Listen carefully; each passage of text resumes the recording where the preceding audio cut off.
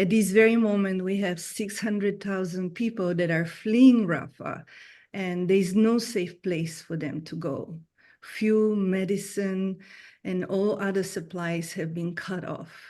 In the meantime, the death machine in West Bank is continuing to intensify. There are over 11,000 prisoners, 4,000 of them under administrative detention. Meaning means no charge. There is no charge.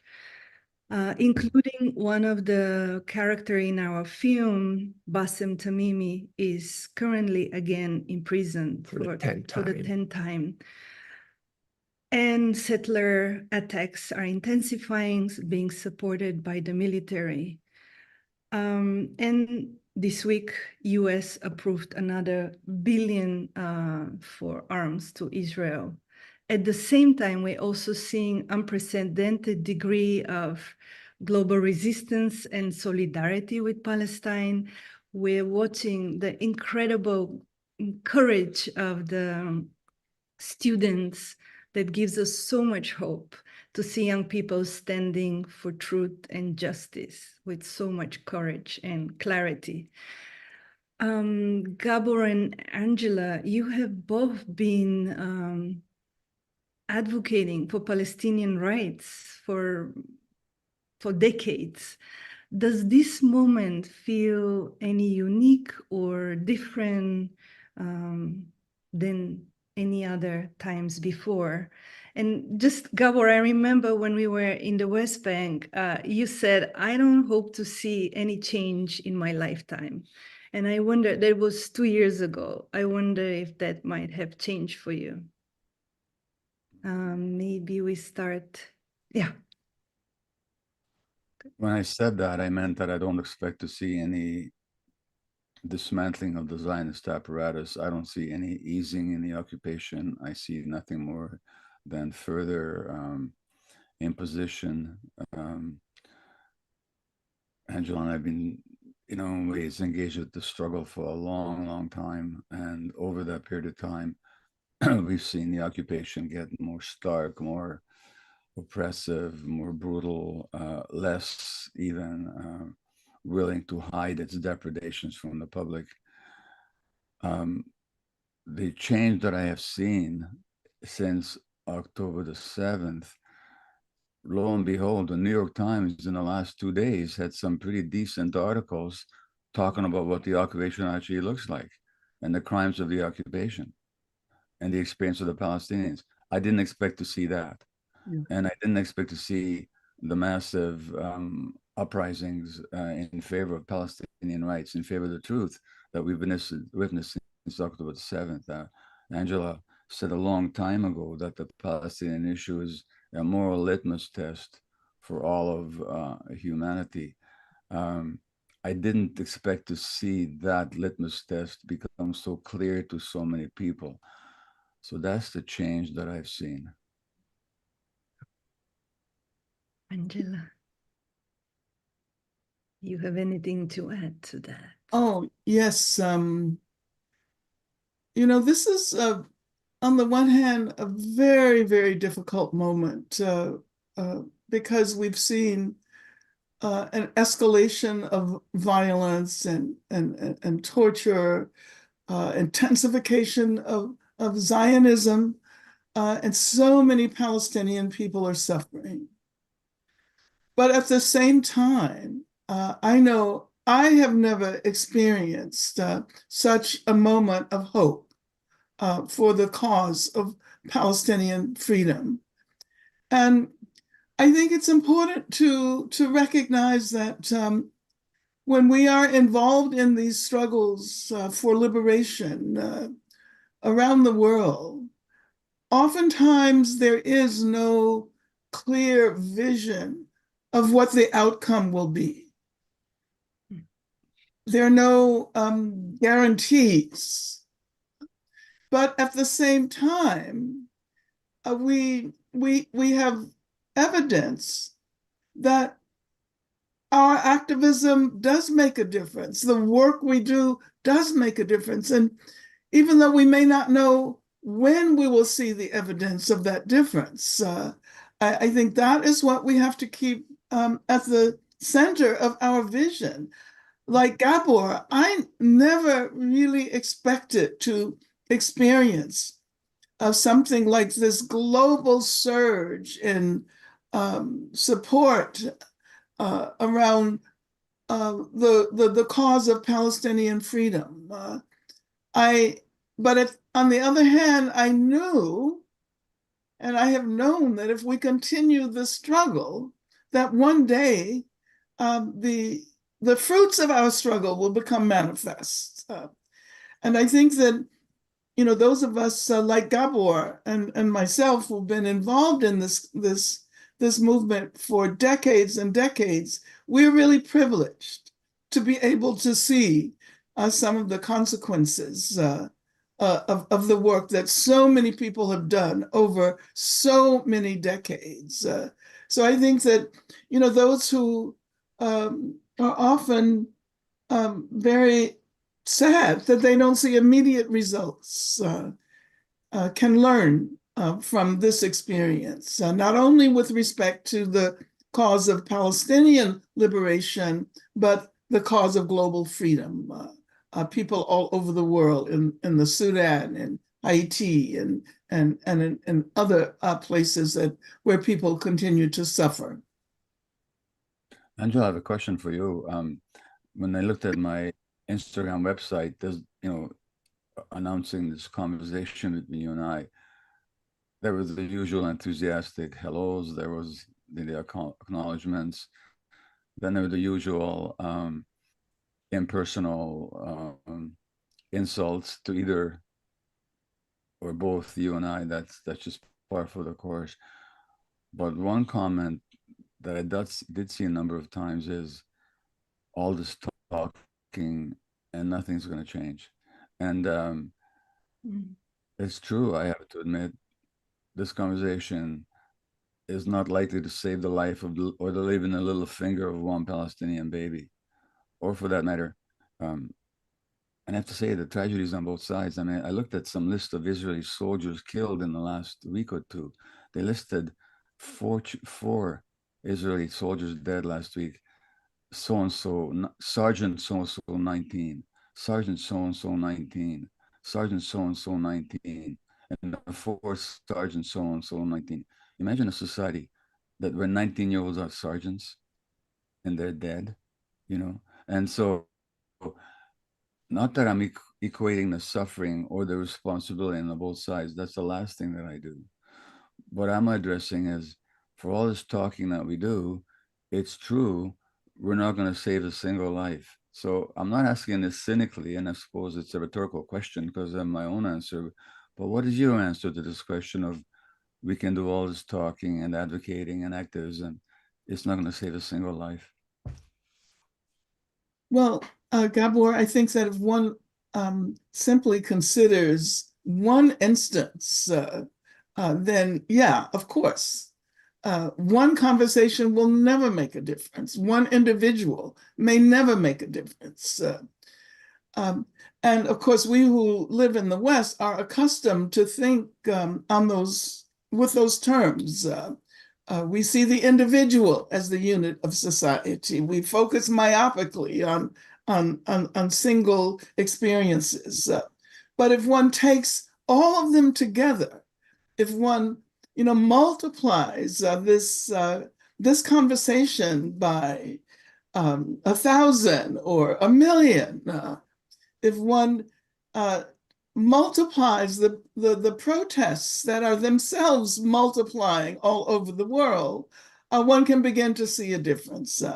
And I think that what is perhaps so important during this period especially is to imagine ourselves not as single individuals, imagine our acts not as isolated acts, but connected to vast numbers of people and vast numbers of protests all over the world. That is what is capable of bringing about change.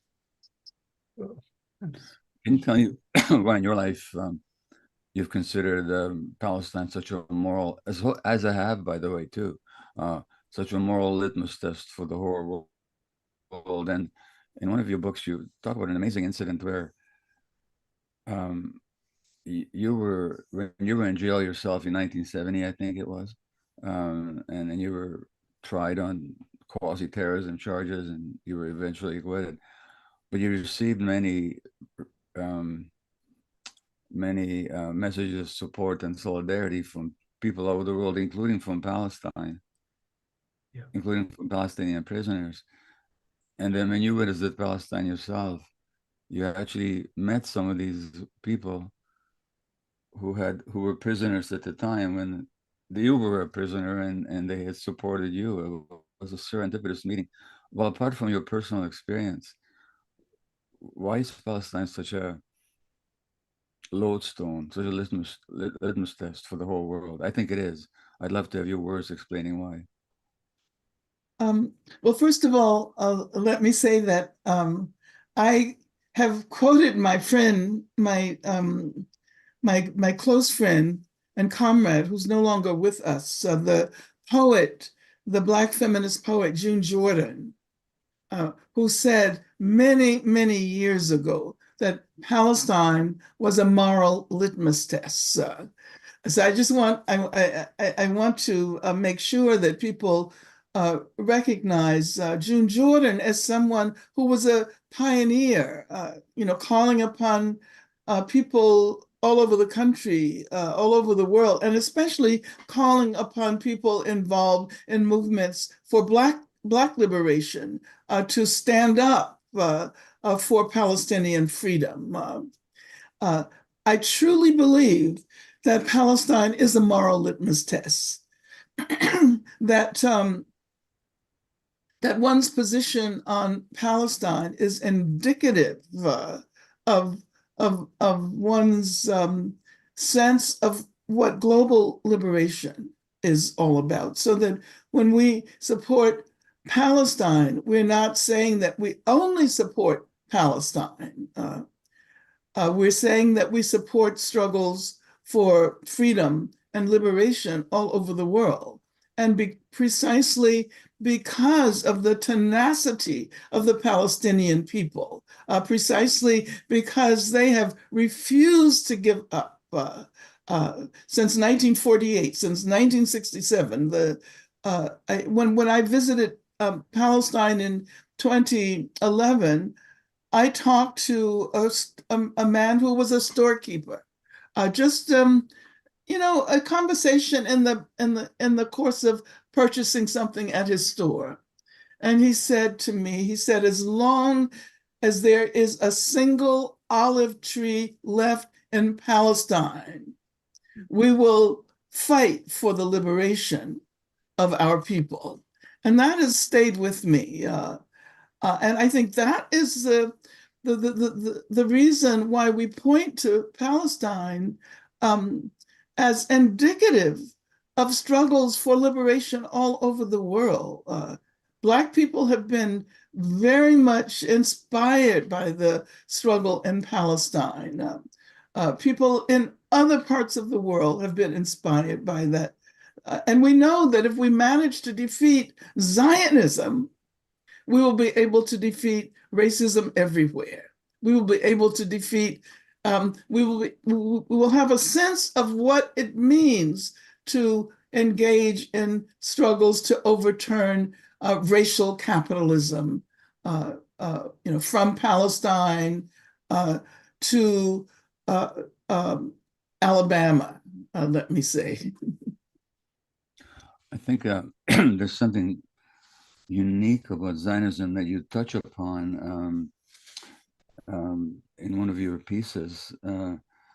You talk about that Israel is not only the purveyor of a colonial settler project, but also one that actively continues its violent expansion in the 21st centuries. Now, the last 7 months, I have to say, have been the heaviest, darkest time of my adult life.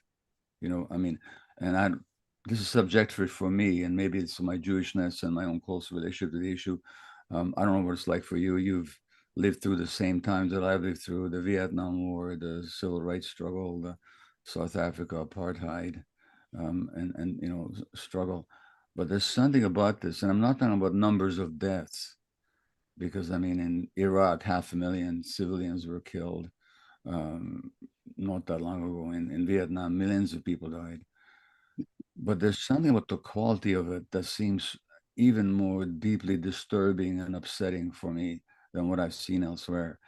And I don't know if that's true for you, but I think what it is for me is, yes, this is a colonial settler project. It had to become one, otherwise it couldn't have succeeded. But it's almost like we're seeing world history in speeded up fashion in a few months, because this is what went on for centuries here in North America. This is what went on in Africa for centuries and decades and so on.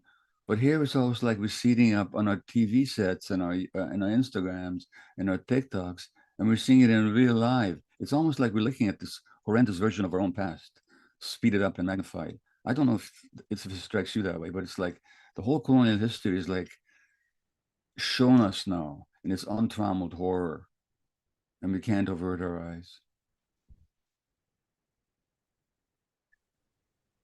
Yeah, thank you so much for making that point. And I would add that the influence of Zionism has been so powerful that it has blurred people's vision who are otherwise take progressive positions about the need to support human rights in the world.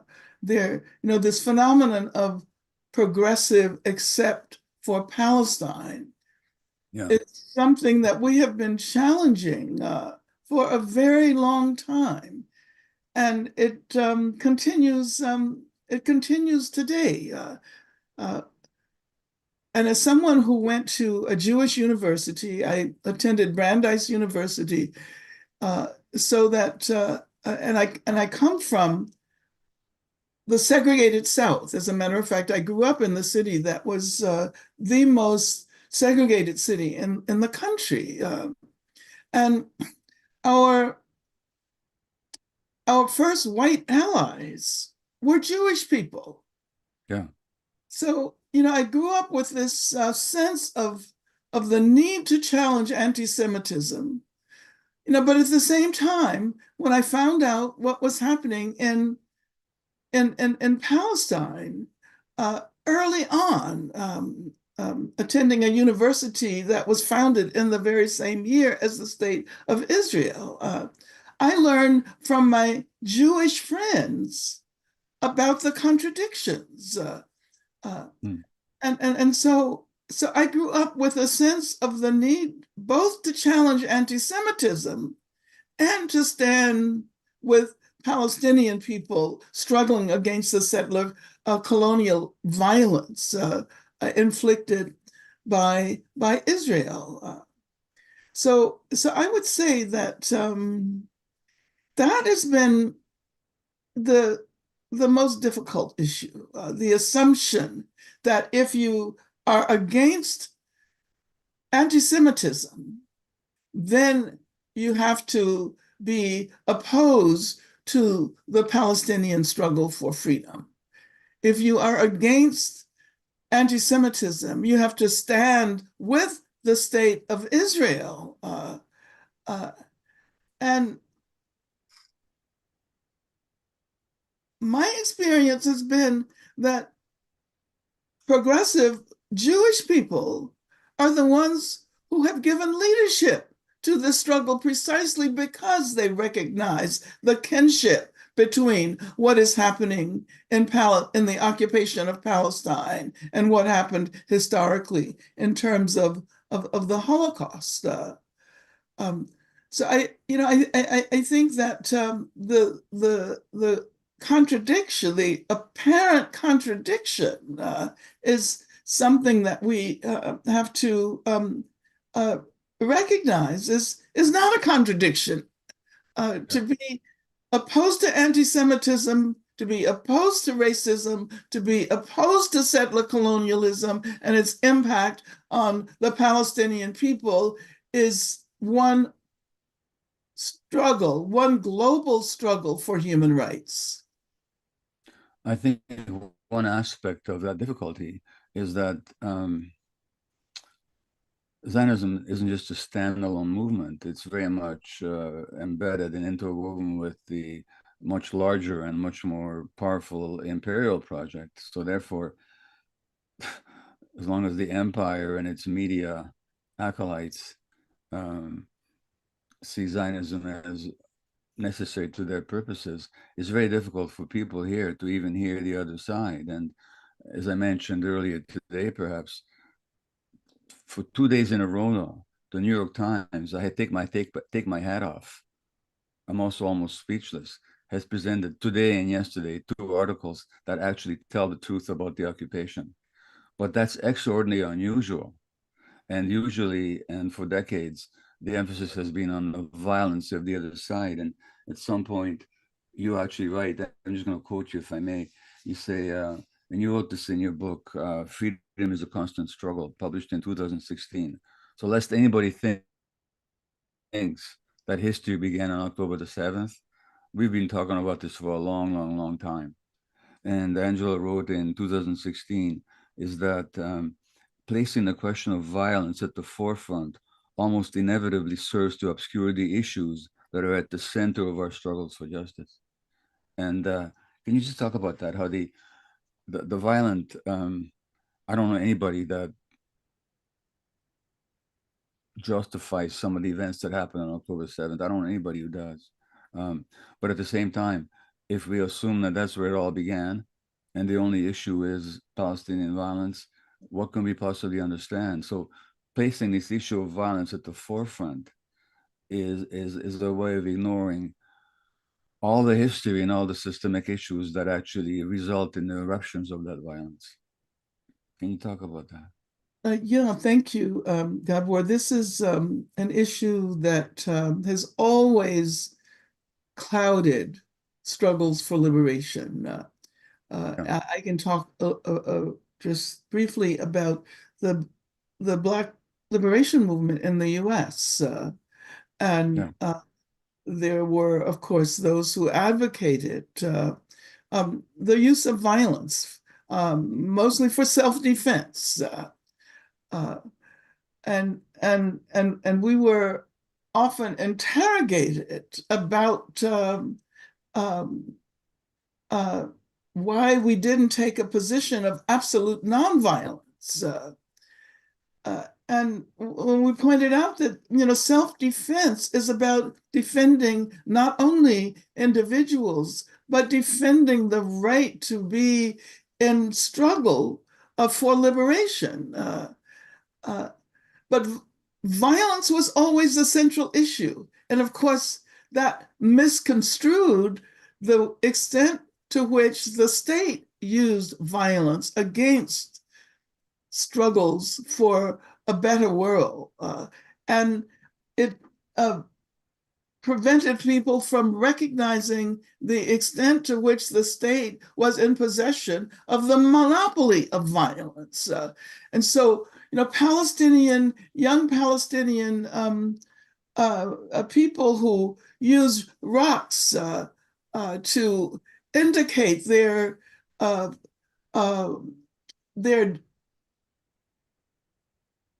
refusal to assent to occupation becomes the emblem of violence, whereas the tanks and the bombs of the IDF are not considered violence in that respect. So I think we have to talk about violence because violence does corrupt. Violence does,